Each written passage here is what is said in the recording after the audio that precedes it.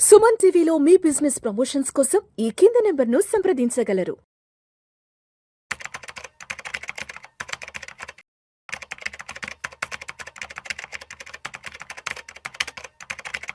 రామచంద్రమూర్తి గారు నమస్తే sir.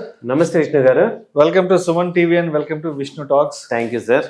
So Ramachandramurthy గారు, ఇప్పుడు స్టాక్ మార్కెట్ అనగానే స్టాక్స్ అంటాం.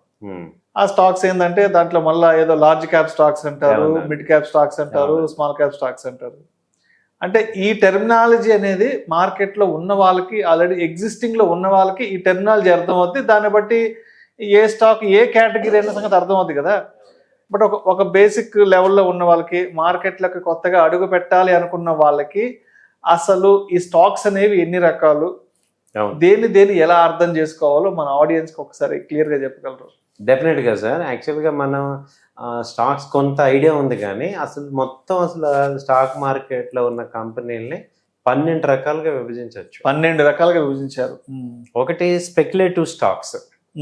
స్పెక్యులేషన్ అంటే ఏంటంటే ఇవి యంగ్ కంపెనీస్, మొన్న మధ్య స్టార్ట్ అయిన కంపెనీస్, ఇంకా ప్రూవ్ వాటి యొక్క పెర్ఫార్మెన్స్ ఇంకా ప్రూవ్ కాలేదు. కాబట్టి ఏంటంటే మనం ఏంటంటే వాటి మీద కొంత బెట్టింగ్ చేసుకొని, కొంత ప్రాఫిట్స్ బుక్ చేసుకొని, రెగ్యులర్గా ఇన్వెస్ట్మెంట్ ఓరియంటెడ్ కాకుండా స్పెక్యులేషన్ చేసే స్టాక్స్ని స్పెక్యులేటివ్. ఇక్కడ ఏంటంటే ఒక్కొక్కసారి పెద్ద విన్నింగ్ అవుతుంటుంది, ఒక్కొక్కసారి మార్కెట్ పడినప్పుడు ఇవి బాగా డల్ అవుతుంటాయి. సో వీటిని స్పెక్యులేటివ్ స్టాక్స్ అంటాం. సో తర్వాత చూసుకుంటే రెండో కేటగిరీ గ్రోత్ స్టాక్స్. గ్రోత్ స్టాక్లో ఏంటంటే ఈ కంపెనీస్ ఏంటంటే గ్రోయింగ్ ఫాస్ట్ గ్రోత్, వీటికి ఏంటంటే హై స్పీడ్ గ్రోత్ రేట్ అనేది మేనేజ్మెంట్ ఫోకస్ చేస్తూ ఉంటుంది. అలాగే they spend everything to get bigger. అంటే వాళ్ళు ఏంటంటే వచ్చిన ఆదాయాన్ని అంతా కూడా గ్రోత్కే వాడతారు. సో ఇప్పుడు అంటే ఫస్ట్ స్టేట్ లెవెల్లో స్టార్ట్ చేసి 23 పాన్ ఇండియా లెవెల్లో ఎక్స్పాన్షన్ అవడానికి గ్రోత్ అంతా వాడతారు. వీటి ఏంటంటే ఇవి చాలా ఫాస్ట్గా రైజ్ అవుతాయి, అలాగే బాగా ఏమైనా తేడా వచ్చిందన్నా కూడా బాగా ఫాలో అవుతాయి. సో ఈ గ్రోత్ స్టాక్స్ అనేది కొంచెం అగ్రెసివ్గా ఉన్నట్టు అనమాట. తర్వాత చూసుకుంటే క్వాలిటీ స్టాక్స్. క్వాలిటీ స్టాక్స్ ఇవేంటంటే ఇవి స్ట్రాంగ్ కంపెనీస్, తక్కువ డెప్ట్ ఉన్నాయి, అలాగే స్టడీ ప్రాఫిట్స్ ఉంటాయి, అలాగే year after year study growth ఉంటుంది. అంటే ఇవి ఆల్రెడీ ఏంటంటే పాన్ ఇండియా లెవెల్ విస్తరించిపోయి ఒక స్టేజ్కి వచ్చాక ఉండే స్టాక్స్, అంటే మిడిల్ ఏజ్ స్టాక్స్ అనమాట. సో మిడిల్ ఏజ్ స్టాక్స్ ఇవి ఏంటంటే జస్ట్ లైక్ ఇప్పుడు టాప్ 100 కంపెనీస్లో కొన్ని స్టాక్స్, ఇప్పుడు ఐటీసీ కానీ, హిందుస్థాన్ యూనిలివర్, అలాగే మనకి ఐటీ కంపెనీస్లో ఇన్ఫోసిస్, టీసీఎస్, ఇవన్నీ ఏంటంటే ఒక రేంజ్లో ఆల్రెడీ ఎస్టాబ్లిష్ అయిపోయి ఉన్నాయి. సో వాటిని అవి సిస్టమేటిక్గా గ్రో అవుతూ ఉంటాయి. సో వీటిని క్వాలిటీ స్టాక్స్ అంటాం. దాని తర్వాత value stocks. Next category value stocks. Value stocks అంటే ఏంటంటే వీటికి ఏంటంటే ఒక క్యారెక్టర్ ఉన్న కంపెనీస్ అనమాట. వాటికి ఆల్రెడీ మార్కెట్లో ఒక ఎథికల్ వాల్యూ ఉంటుంది. సో వీటికి ఏంటంటే వీటి ఏంటంటే ట్రేడింగ్ అయితే ఈ కంపెనీలు ఏంటంటే ఒక్కోసారి మార్కెట్ ఫాలో అవటం వల్ల అవి మార్కెట్ వాల్యూ కన్నా కొంత కిందకు వస్తాయి. సో అలాంటి రేంజ్ వచ్చిన వాటిని వాల్యూ స్టాక్స్ అంటాం.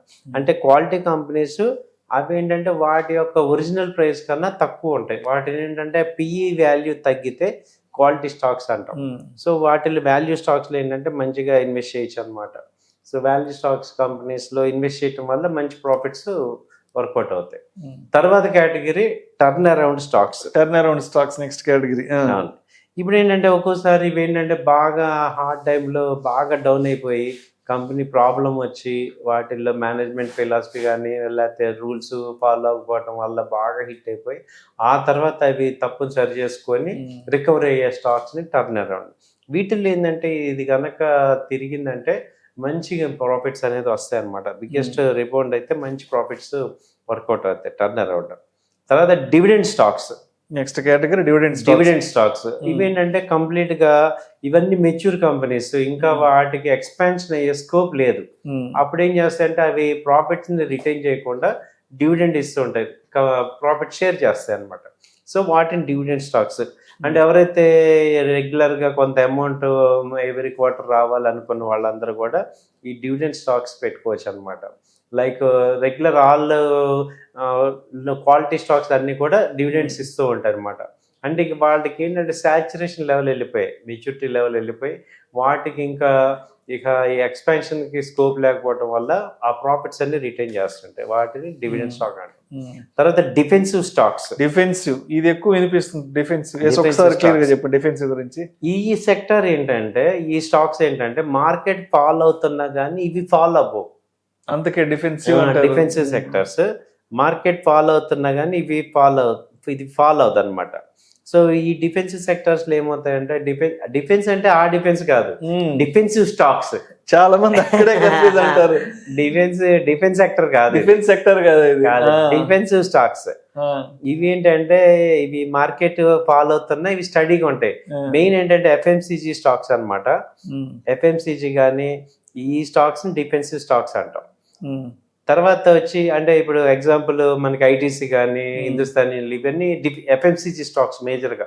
అంటే రెగ్యులర్ గా వార్ జరిగినా కానీ తినాలి, బట్టలు వేసుకోవాలి, వాటి పనిలో ఉంటాయి కాబట్టి అవి ఎక్కువగా ఇది అవదు అనమాట, వాటిని డిఫెన్సివ్ స్టాక్స్ అంటాం. తర్వాత వచ్చి blue chip stocks. Blue chip stock category. ఇవి ఏంటంటే లార్జ్ క్యాప్ అలాగే ట్రస్టెడ్, ఇవి ట్రస్ట్ వర్తి ఉంటాయి అనమాట. ఇవి బ్లూ చిప్ స్టాక్స్ అంటాం, trustworthy with decades of track record ఉంటాయి. సో వీటిని బ్లూ చిప్ స్టాక్స్ అంటాం. తర్వాత సైక్లికల్ స్టాక్స్. సైక్లికల్ స్టాక్స్ అంటే ఇవి ఆ సైకిల్ వర్షాకాలం, ఎండాకాలం, వానాకాలం లాగా ఆ సైకిల్కి తగ్గట్టుగా ఇవి ఉండే.